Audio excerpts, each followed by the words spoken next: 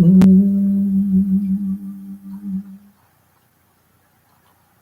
Om, Om Shanti. Greetings to all the spiritual seekers. In today's divine production, I would like to touch the lotus flower.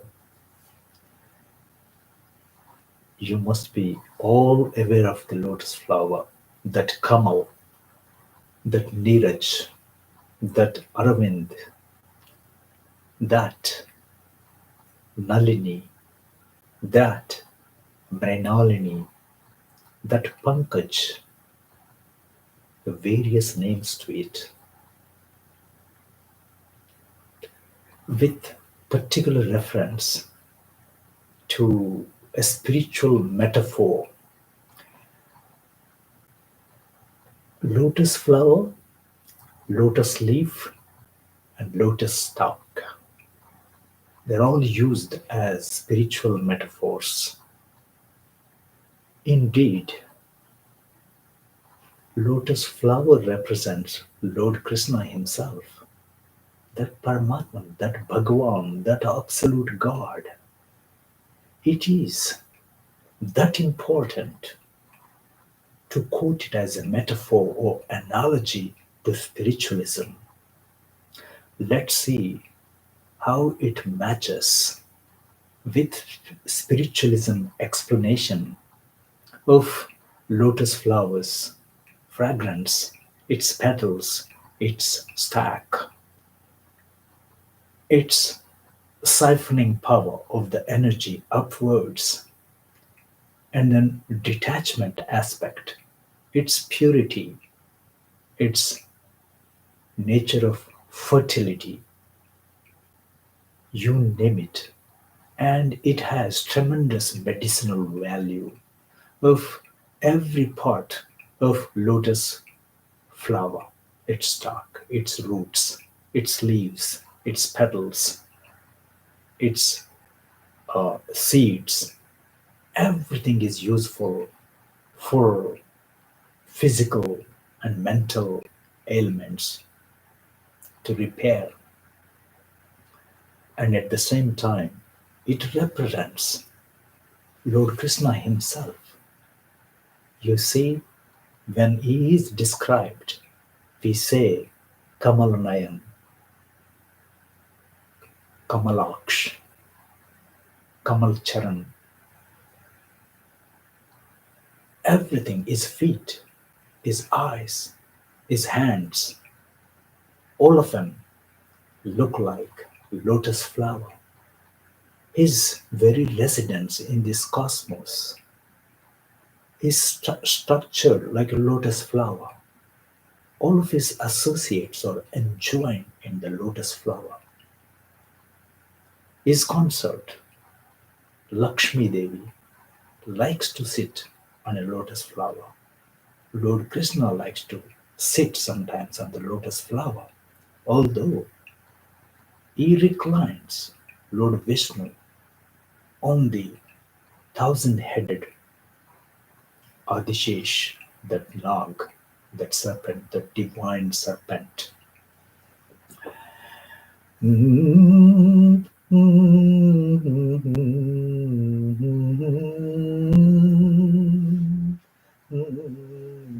Let's see its significance while explaining some of the Bhagavad Gita shlokas, and later on from Uttara Gita. Not many of you are aware of Uttara Gita, Srimad Uttara Gita.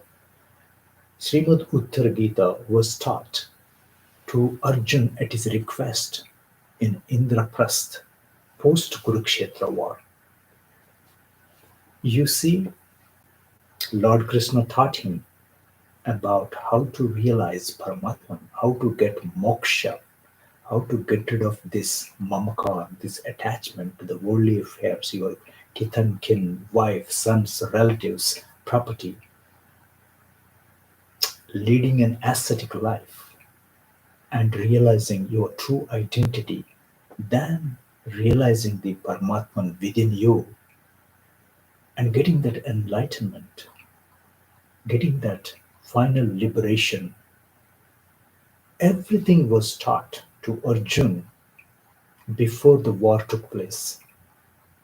He admits that he understood everything, but post war, Arjun actually he forgot about the spiritual aspect and he did not know how to perform any sadhana and reach that ultimate goal of peace and bliss.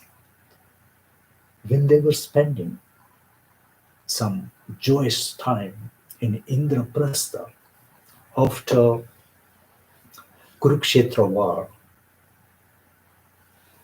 after a sumptuous meal, Arjun and Krishna were chit-chatting leisurely, and then Arjun asks, "O Achyuta, O Keshava, you have been so benevolent, so kind to teach me the wisdom from Bhagavad Gita.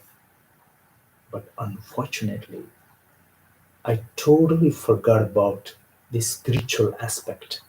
I do not know how to perform a sadhana where I can realize myself, my true nature, and realize the Brahman. That's the knowledge. I would like to get it from you again. Would you please teach me? Would you please demonstrate to me?"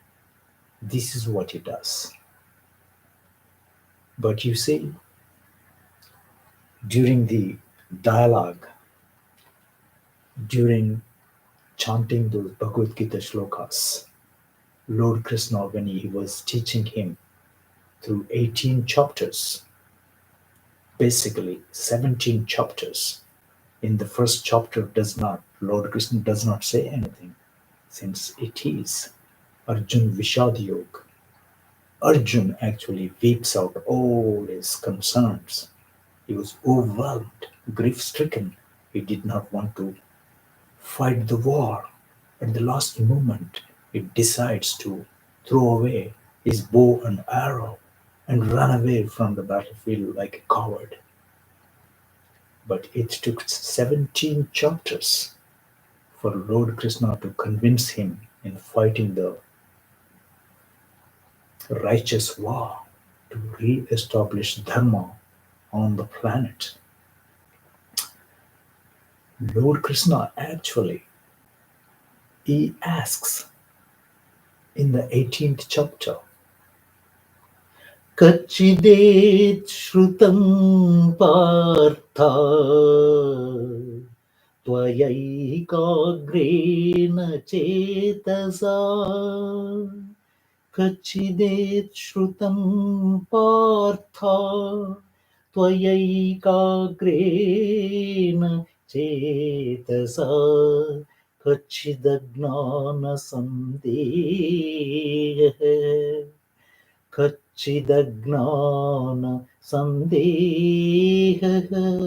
pranastasते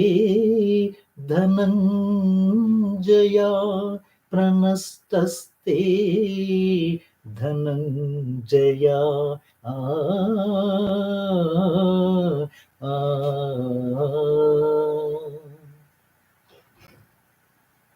Hey Arjun, I have taught you all this wisdom, the supreme wisdom from Vedas, from Upanishads, what all you needed to know. Have you understood? Have you paid undivided attention to understand what all I taught you during this dialogue between you and me? If you did not understand anything, I'm going to repeat it again. Let me know without any hesitation. Is your delusion driven away by this wisdom, by this Vidya, Brahma Vidya? Let me know.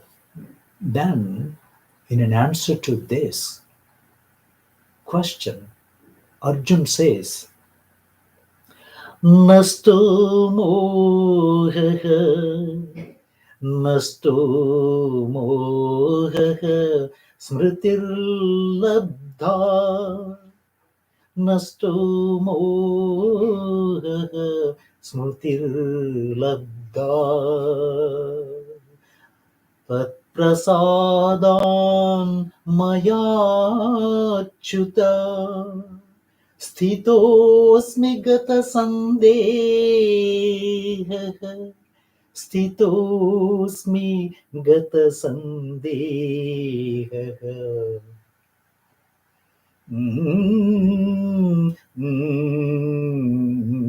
करिष्ये वचनं तव करिष्ये वचनं तव आ, आ, Yes, my Lord, I understood everything. I paid undivided attention. Now I came to know, and also I remember what I was in my previous life. I was an associate with you as a nar, as a human being, you being Narayan in every age to accomplish, to re-establish Dharma on different planets and different universes. I was with you. It struck my memory back, and I know, and all my delusion is gone. It's destroyed. I'm going to follow your instructions and say and do as you say.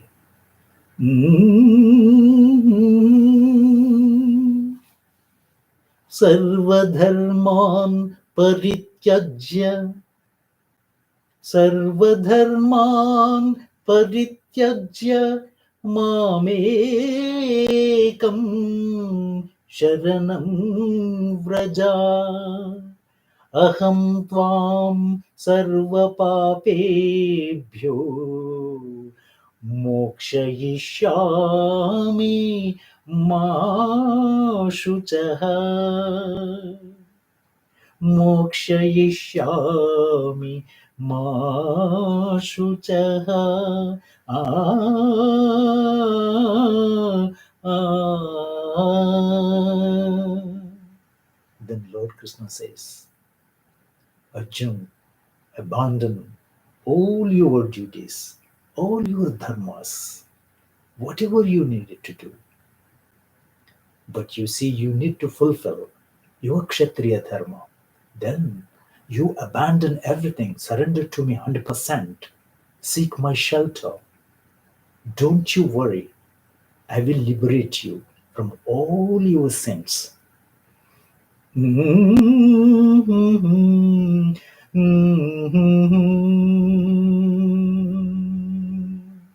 Krishnam Vande Jagadgurum पार्थाय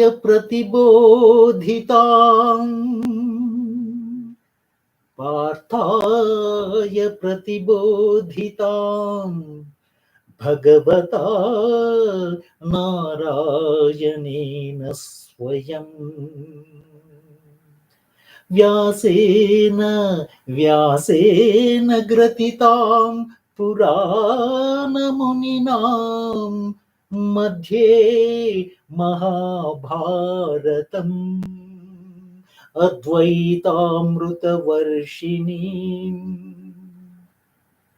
भगवतीम् अष्टादशाध्यायिनीम् Amba त्वाम् अनुसन्दधामि भगवद्गीते भवद्वेषिणी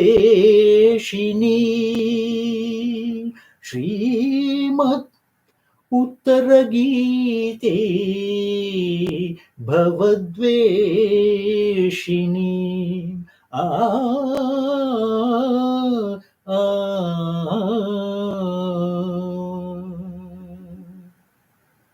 Let's all meditate Srimad Bhagavad Gita, which can liberate all of us from this samsaric bonds, not to get revolved in the unending cycle of rebirth and death. Rather, it will get us moksha, that final liberation.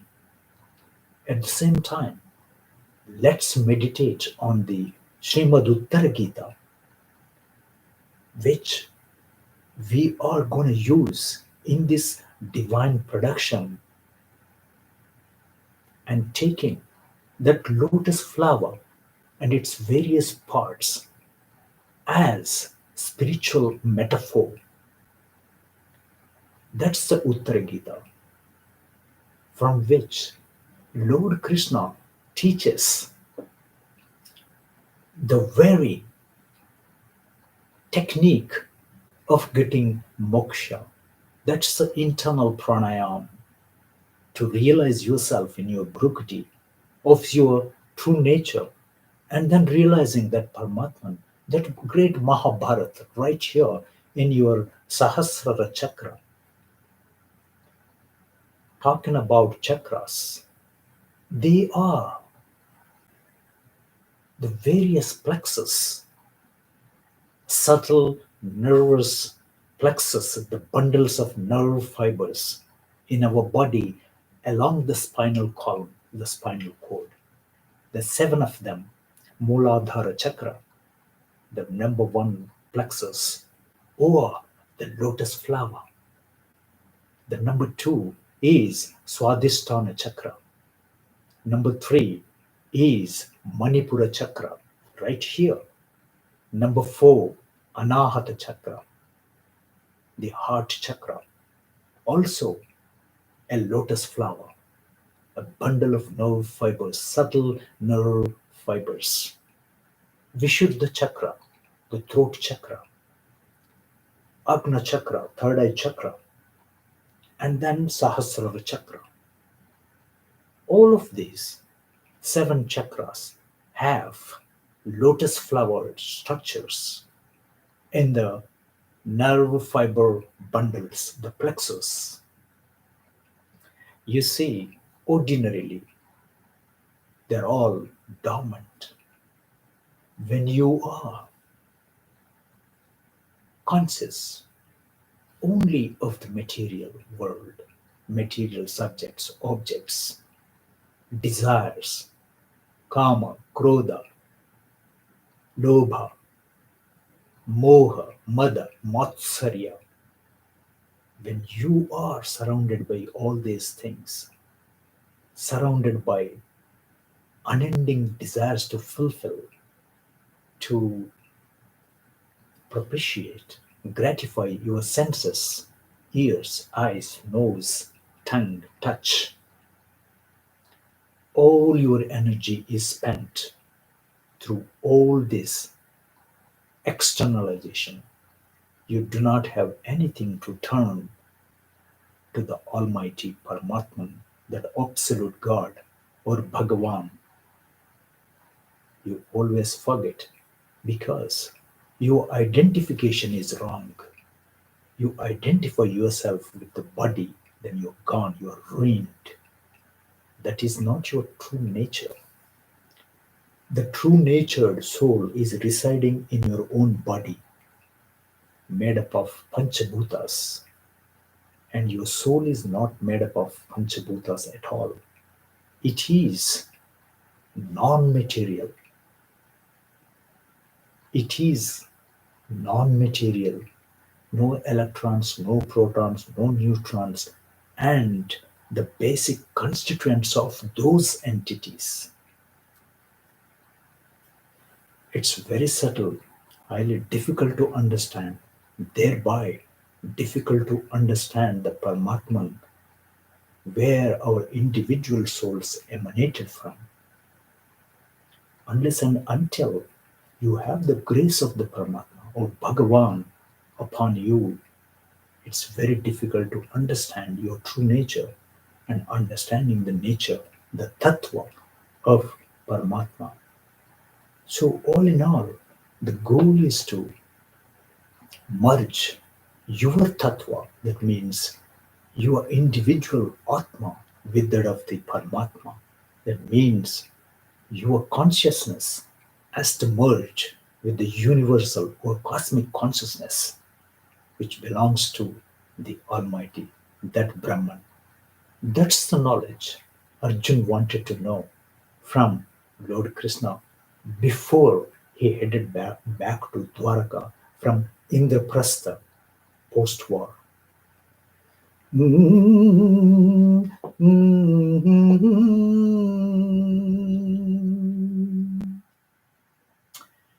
So let's talk about the lotus flower. Why should we bring in the lotus flower as a metaphor to explain philosophy of getting to know your true nature as a soul and then getting to know the Paramatma as the Supreme Soul? Why should we bring in the lotus flower?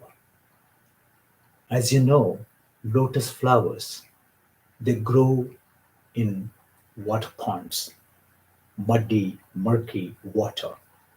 They bloom in the water plants and they're above the water. They have beautiful green leaves afloat the water. But you see, whenever the water tries to get on the leaves, they beat away and slip off.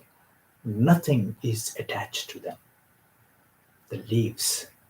It's self-cleansing plant, self-cleansing flower, represents purity, represents Lord Krishna, represents fertility, and medicinally highly important to treat various diseases that human beings suffer from if you believe in and you consume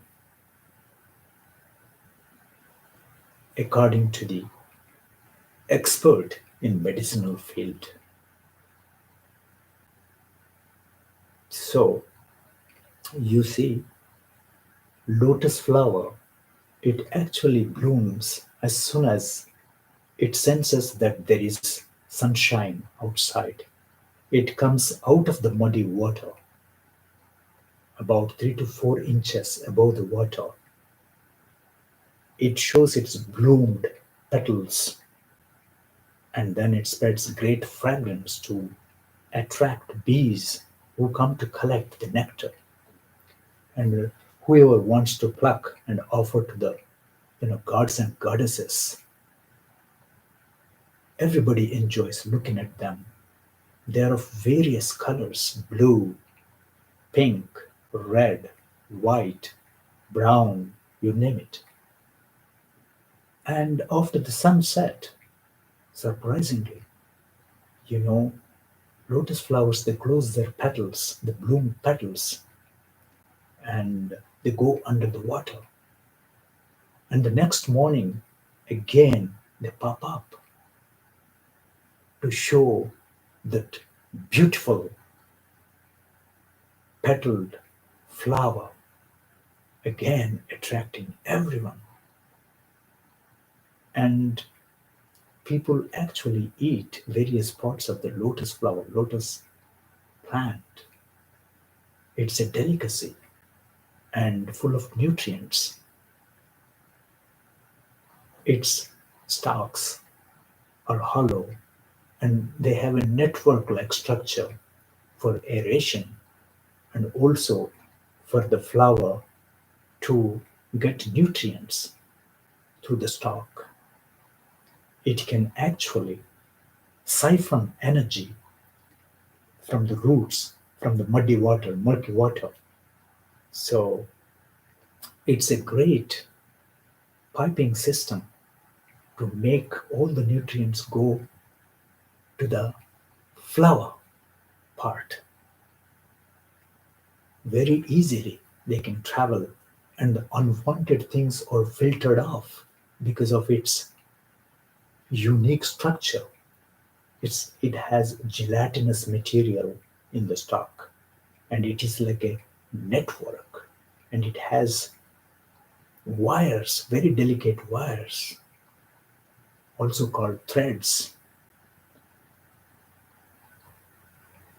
People actually make yarn out of those and then they blend with the other wool or cashmere or any other fibers And people like to wear shawls and other clothing because of its medicinal importance. People actually experienced getting rid of their headaches, migraine, if they wore shawls or bandanas made up of this lotus stalks yarn. So, herein, Lord Krishna uses this lotus flower as a metaphor to explain to Arjun about getting enlightenment. The fully bloomed lotus flower represents that means you are fully enlightened. There is no way that you're going to go back to the earthly plane to experience all the miseries that we do. A partially bloomed lotus flower represent you are not yet enlightened, you are on the way. A closed or a bud of the lotus flower represents. Bud is also of various colors, green to brown, yellow, red, pink, blue, etc. So the buds are like that, the buds, or like that, but they are bent actually. Usually they're bent. The flower is like that, it's fully bloomed and it blossoms out of the water, muddy water, murky water. So their environment is not desirable, all murky, not so good. That means if you have good qualities, treading the path of righteousness and having that sattvic nature, and also going beyond those trigunas, sattva, rajo, tamo, in spite of living in the company of undesirable society, you can have your own qualities and you can be detached to the unwanted impurities. And yet you live amongst them, but still you maintain your own qualities, your spiritual qualities, and the minimum of those material qualities to sustain yourself. That's what the lotus flower does. It does not run away. During the night, it just immerses back. It's under the murky water. It is with the society. It does not care, but it retains its pure qualities, appreciable qualities, adorable qualities, like Lord Krishna. A true sannyasi never runs away from the society to do penance, to realize himself or herself, and finally realize the Paramatman. They never go to Himalayas or any remote areas, being aloof from the society. Those who are having true wisdom and enlightened ones, they stay within the society. No matter how good and how bad the surroundings are, they are sticking with that society and still maintain the ascetic qualities, godlike qualities. That's what the lotus flower and the lotus leaf, they're actually used as spiritual metaphors to explain to the people who are interested in spiritualism, like Arjun wanted to know.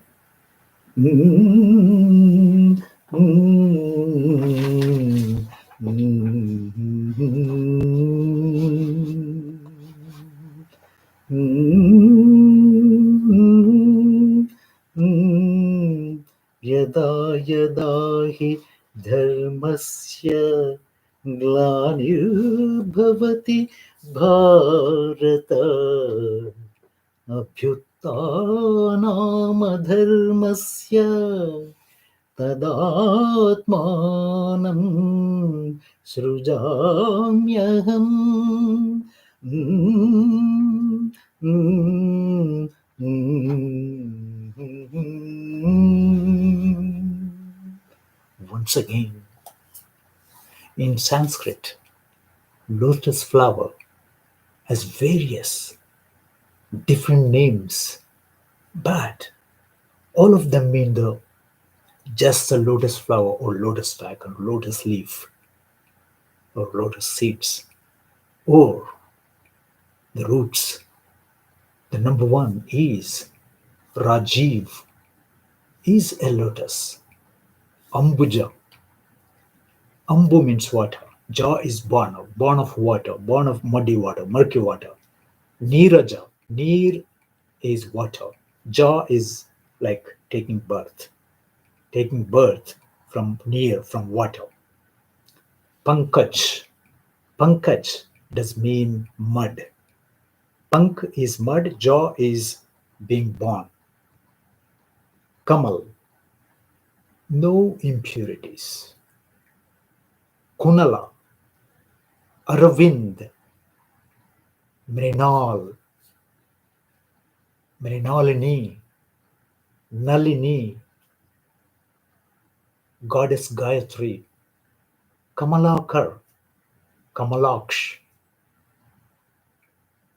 Charana Kamal, Charana Kamal. All of them indicate lotus flower in Sanskrit. We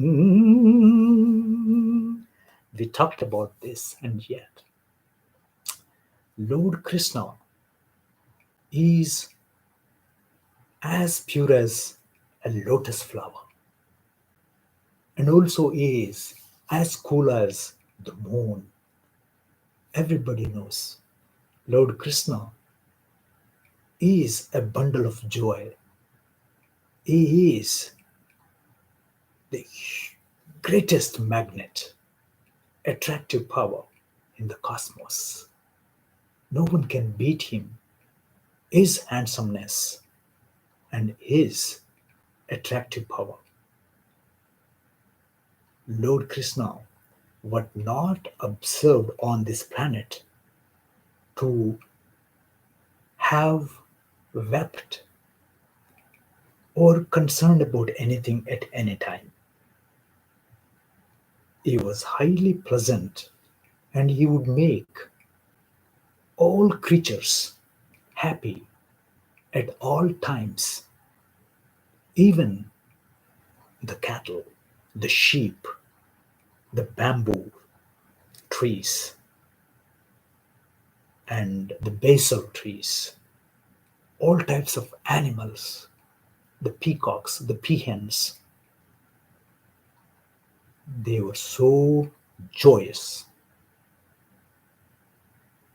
in his company.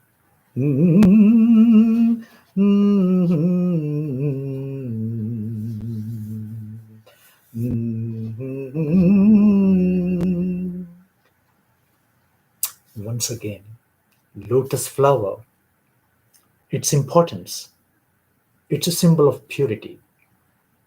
It has self-cleansing properties due to complex water-repelling chemicals in its leaves on the surface as well.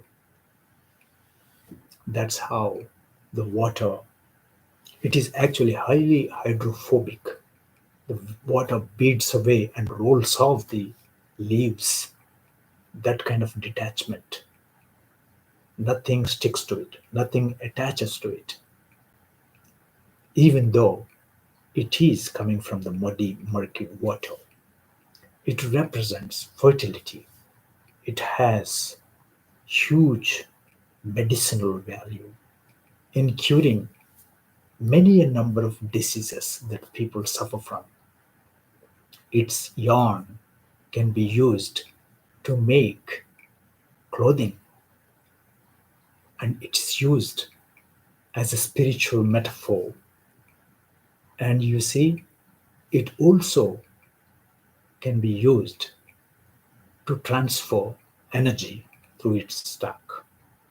Mm, mm.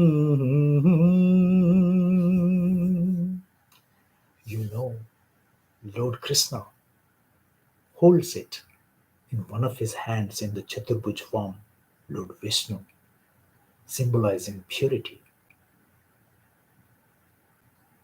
And he is also known as Kamal Nayan, Kamalakar. And he likes to sit sometimes on a lotus flower as a throne.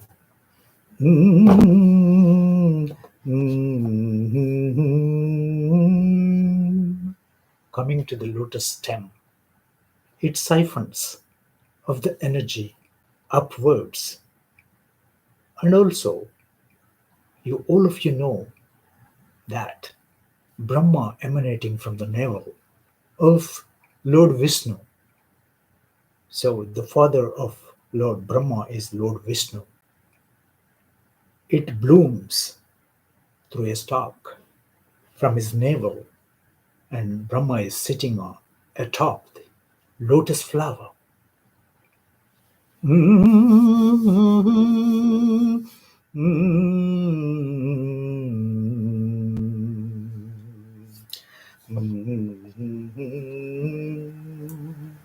It's worth mentioning that Golok Brindavan, up in the sky, we do not know where it is, the actual location, but Lord Krishna resides there with his associates in his abode, and it is structured like a lotus flower. Mm,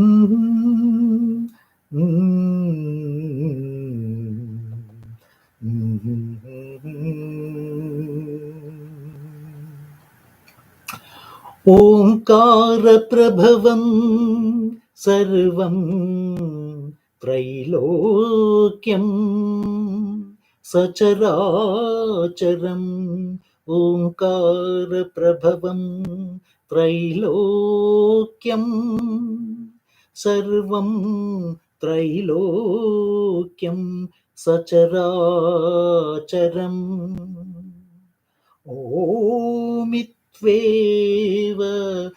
परं रूपं हृत्पद्मे च व्यवस्थितम् हृत्पद्मे च व्यवस्थितम्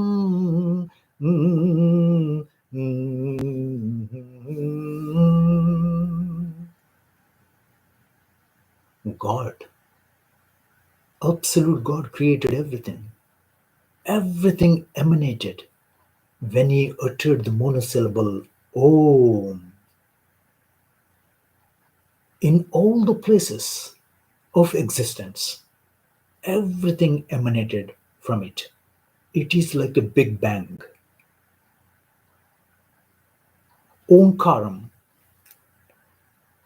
when you create in your own body by performing the internal pranayam sadhana, that's the one that leads you to realize your true self, and then it will make you realize the Paramatman. Once you accomplish this, you are acquiring the qualities of Lord Krishna, Lord Vishnu, Lord Shiva.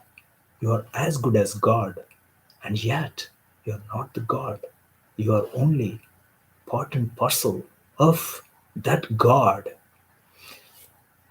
This is how, when you generate the monosyllable Om repetitiously, you don't have to say aloud, but you just think about it while you are balancing your apana and prana in the bhrukuti.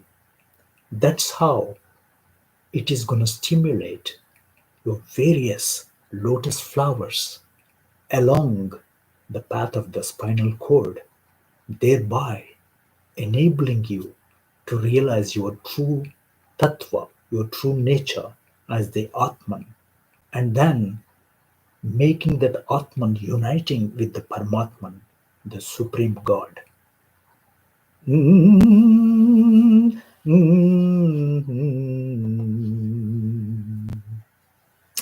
Let's see in a shlok form how Arjun puts it across Lord Krishna so that Lord Krishna teaches him how to realize Brahman through internal pranayam. Durvigyeyam Duraradhyam Durvigneyam Duraradhyam Dushpram Gamya Janardhana Dushpra Gamyam Janardhana Adho Mukham Yatha Bhutva हृदयकेन गच्छति अधोमुखम् अधोमुखम् यथा भूत्वा हृदयकेन गच्छति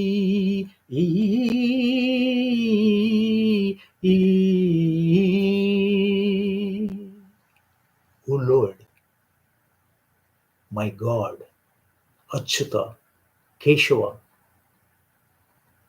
I cannot know if I want to know. I cannot worship if I want to worship. I cannot get to his abode if I want to go there. Please let me know how to realize the Brahman, how to realize the Paramatman, how to realize the Bhagavan. You are the Bhagavan, but how to realize? Please teach me. If lotus flower is the metaphor, is the analogy that you are talking about, how do you do this? If the bud of the lotus flower is hanging down, how can you make it like urdhvamukh? It is adho, downward facing. How do you make it upward facing so that you are lotus, heart lotus, that Hrudaya Kamal within your own body in the Brukti? It blooms, it blossoms fully so that you never get externalized. What is the technique? How do you make a bud of lotus to bloom like this? With the proper technique, with the proper knowledge. I have forgotten everything. Would you please teach me again how to make it out upward facing? Mm, mm, mm,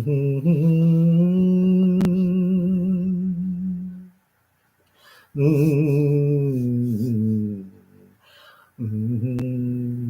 Adhomukastu hritpadma मूर्धृत्य प्रणवेन तु अधोमुखस्तु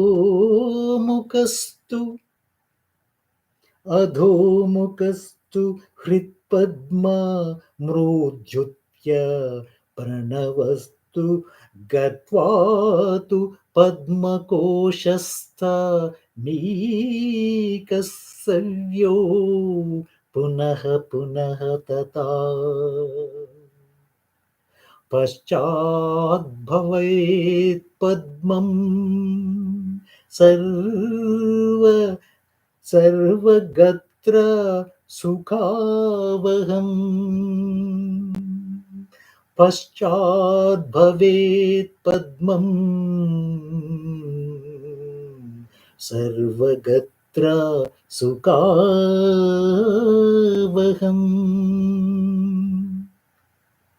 Arjuna, It is only the pranava dhyanam. When you make sound within your own body by the churning process in balancing your apana and prana in the bhrukuti, you are going to generate that sound, that pranava sound, that pranavanad, the sound of Om. That's the vehicle through which you are going to reach your own real identity right in your bhrukuti. You will experience the arrival and departure of your own soul energy. And then you will realize the Brahman, and you will get that real peace and bliss. Mm, mm. That is how you need to remain as a lotus flower, as pure as the lotus flower, even though you have different type of people with different characteristics, different qualities, sattva, rajo, tamo combinations, realized ones, unrealized ones, agnostics, atheists, thieves, drunkards, gamblers. It does not matter at all.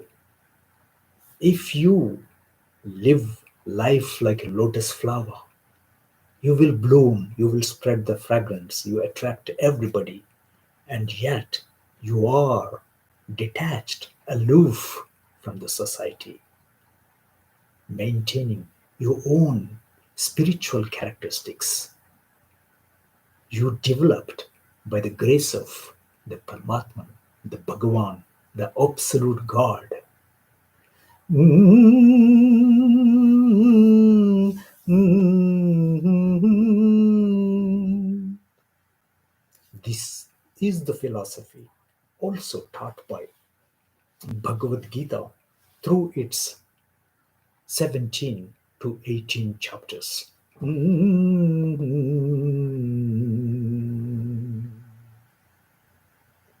Let's chant a shlok from Bhagavad Gita, chapter number 5. Brahmanyadhaya karmani Brahmanyadhaya karmani Sangam tvatva karoti yaha Sangam tvatva karoti yaha Lipyate na sa papena पद्मपत्रमिवाम्भसा लिप्यते न स पापेन पद्मपत्रमिवाम्भसा आ, आ. Lord Krishna suggests, live life like a lotus leaf. Lotus leaf does not get attached to the murky, muddy water, and yet it lives in that environment, in a water pond full of mud and murky water, impurities. But as and when the mud or water tries to get onto the leaf, it has those qualities which can beat up the water and make the water run away, drop off, slip off the lotus leaf. That's how, when you are performing your duties without attachment, without any selfish motive, not attaching to the fruits of your actions, and when you dedicate everything to the Bhagavan, you will be freed. You will be away from this sansar. You will be away from this repetitious cycle of rebirth and death. you will not be entangled into these sins carried out as karma, as karmic reactions that will haunt you. You will be free from those. Just like the lotus leaf. Padmapatramivaambhasa. Be like a lotus leaf here. Mm, mm, mm, mm.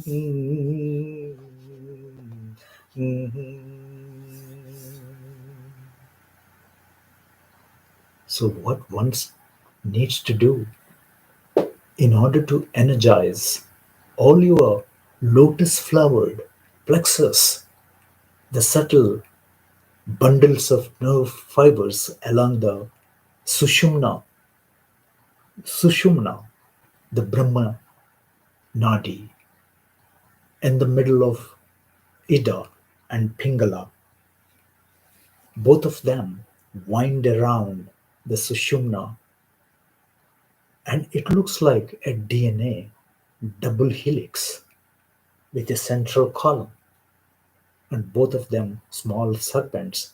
And you have a serpent right in the Muladhara chakra. For it to be activated, you need to perform the so called internal pranayama, that churning process where you will generate the monosyllabic sound Om. Use that as a sounding vehicle to reach and to balance your apana and prana right in your bhrukuti, realizing your own tattva, your own truth as a soul energy individualized. And then realize that Paramatman, when you are in the meditative state after balancing your prana and apana, all the lotus structured plexus, the chakras, they have different number of petals. The number one Muladhara chakra has four petals, and the number two has six petals, and the number three Manipura chakra has 10 petals, and the Anahata chakra right here, the heart chakra, the lotus flower of that has 12 petals. And then coming to the Vishuddha chakra, the throat chakra, Akash chakra, you have 16 petals. And then you go here to the Agni chakra as two petals. And then ultimately here in the Brahmarandra, in the Sahasrara chakra, you have 1,000 petal lotus flower, maximum number of petals, because that belongs to the Paramatman. Bhagavan, that absolute God, has the maximum number of them. That is the Mahabharata. You will also experience when you stimulate your Kundalini through your sadhana, your internal pranayamic sadhana. You are gonna activate your Kundalini. Once you activate, that energy gets siphoned through different lotus flowered plexus to make you realize in your Agni chakra your true nature as the Atman energy, and then realizing the Paramatman right here in the Sahasrara chakra as Mahabharat. That means many a number of suns illuminating your Brahmanadi, the Sushumna Nadi from Muladhara chakra, and that radiating all the way to the Sahasrara chakra. That becomes the Mahabharat, the great illumination. Thousands of suns glowing at the same time simultaneously. That's the state you will actually reach and experience that effulgence, that peace, that bliss.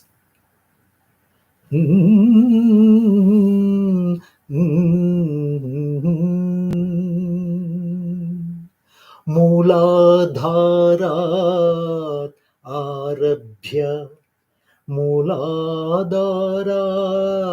आरभ्य ब्रह्मरन्ध्रपर्यन्तं सुषुम्ना सूर्यभात् मध्ये मृणालतन्तुभिः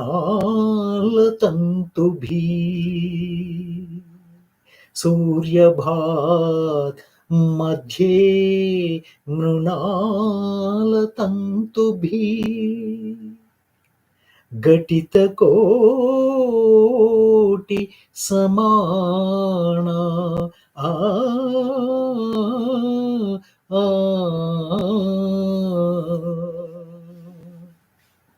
just like in the lotus flower stalk, it has the ability to siphon energy upwards. When you activate your spinal cord, your brahmanadi, your um, shushumna nadi, when you activate the serpentine structure, the kundalini, with balanced energy right in your bhrukuti, which goes there and then activates. It's like thousand suns illuminating at the same time through your spinal cord, that Brahmanadi inside the Vajranadi and Chitranadi, that subtle Brahmanadi, is the one highly important for the activated energy to travel up. That means you are becoming from this status a bud of a lotus flower, like this hanging down due to attraction to the worldly affairs and subjects and objects, fulfilling your desires, only thinking that you're a body and you have to amass wealth, property, and whatnot every moment that is available for you. When it is like this, that means you are not thinking about the God.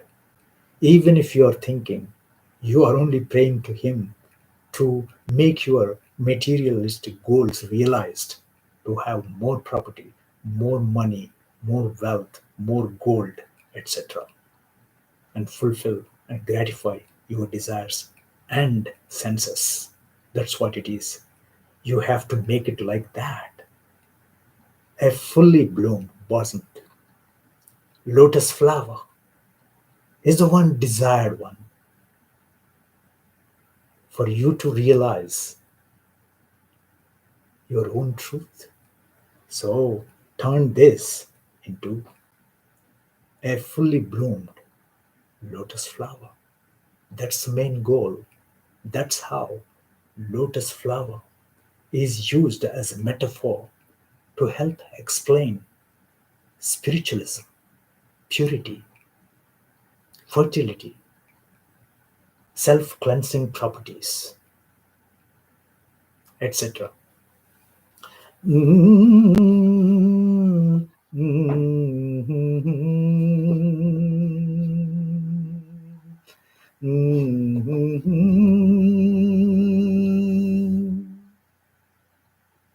I hope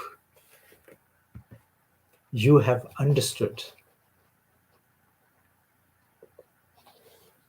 lot many things when we talked about this lotus flower and its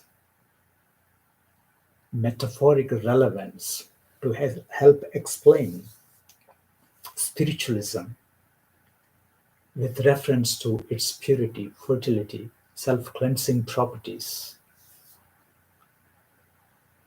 detachment, and yet living among the society with different desirable and undesirable natures, qualities, characteristics.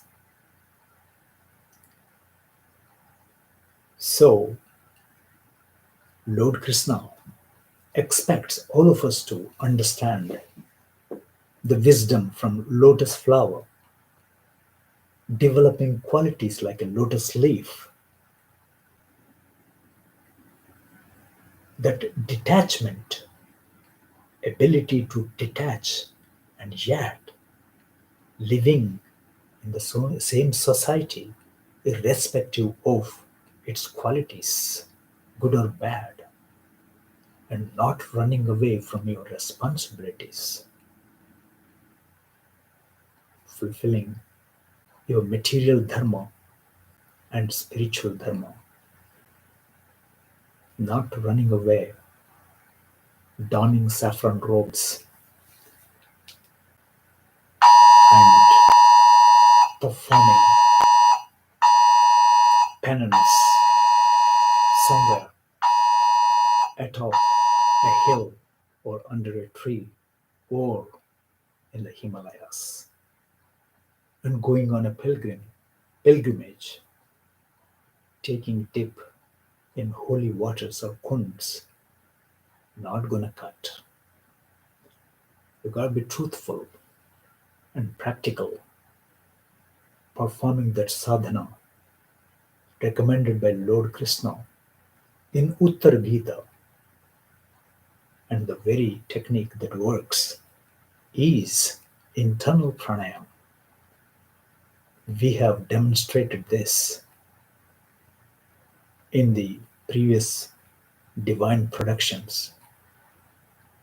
If you are interested, you can actually watch that divine production where I have demonstrated and explained about the internal pranayama technique for one to adapt and become successful in getting through this samsaric life full of miseries, maladies,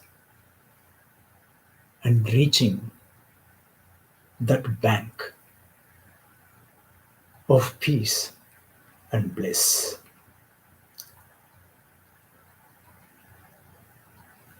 Hari Om, Krishnam Vande Jagadgurum, Govindaya Namaha, Om Govardhanaya Namaha, Om Rishikeshaya Namaha, Om Pradyumnaya Namaha, Om Upendraya Namaha, Om Aniruddhaya Namaha,